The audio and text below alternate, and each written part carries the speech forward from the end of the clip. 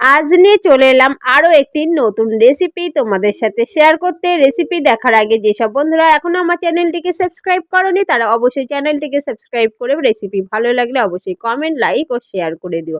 তো আজ বাঙালিয়ানা জবার রান্নাঘরে রয়েছে দানাদারের রসমালাই। তো এখানে আমি প্রায় 22 থেকে 24 পিস মতন দানাদার নিয়ে নিয়েছি।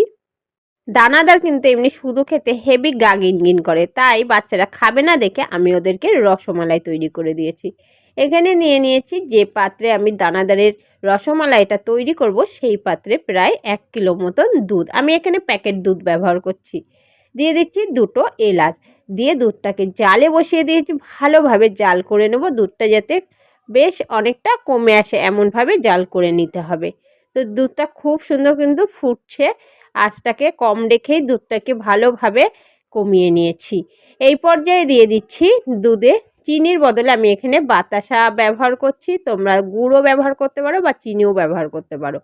তো এখানে দিয়ে দিলাম পরিমাণ মতো বাতাসা। বাতাসা দিয়ে দুধটাকে কিন্তু খুব ভালোভাবে জাল করে নিতে হবে, দুধটা যেন একদম গাঢ় হয়ে আসে।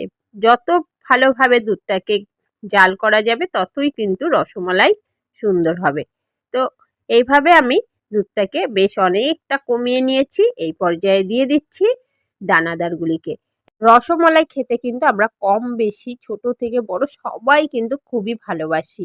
আমার তো রসমালাই খেতে খুবই ভালো লাগে। রসমালাই কিন্তু সাইজটা একটু ছোট হয়। এখানে যেহেতু দানাদার দিয়ে আমি রসমালাইটা বানাচ্ছি, কিন্তু দানাদার যত দুধে যেই ভালোভাবে ফুটবে ওটা কিন্তু আরও বড় হয়ে উঠবে, আর খেতেও কিন্তু খুবই সুন্দর লাগে। আর দুধটা পুরো ঘন হয়ে যাবে, মুখে দিলে একদম মিলিয়ে যাবে।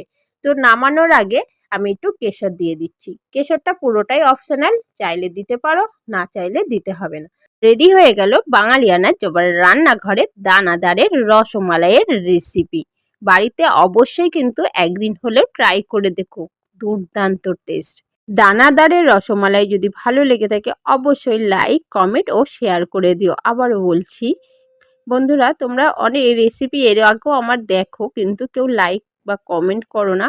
কিন্তু তোমাদের একটা লাইক বা একটা কমেন্ট আমাকে আরও উৎসাহিত করবে নতুন নতুন রেসিপি শেয়ার করার জন্য। প্লিজ একটা লাইক, একটা কমেন্ট ও শেয়ার করে দিও। আজ এখানেই শেষ করছি, আরও নতুন নতুন রেসিপি নিয়ে চলে আসবো। শুভরাত্রি।